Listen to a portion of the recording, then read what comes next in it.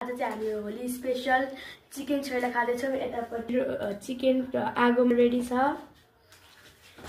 यतापट्टि टमाटर, red chilli र तिमुर, यतापट्टि चाहिँ कालो भटमास छ, लसुनको पत्ता र काटेको प्याज छ। यो टमाटरको पेस्टलाई चाहिँ हामी मिक्सरमा राखेर पिस्छौँ। पकाएको टमाटरलाई चाहिँ मिक्सरमा हालेर अब चाहिँ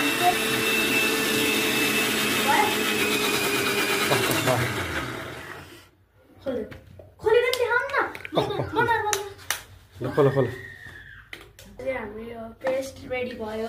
निकाल आइले भएन भयो ल अब यहाँ राख, यहाँ हाल, यहाँ हाल्नु। मलाई नसुन्नु। अब चाहिँ हामी यो पेस्टलाई टमाटरको पेस्ट चिकन उसमा राख्दैछौँ र झान्दैछौँ। भयो अब चाहिँ हामी यसमा थोरै तेल हाल्छौँ।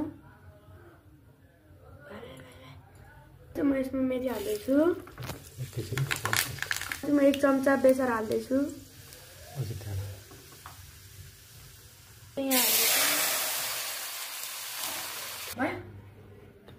अब चाहिँ म धनिया हाल्दैछु, सुन। अब चाहिँ हाम्रो छोइला रेडी भयो। अब चाहिँ हामी खान्छौँ।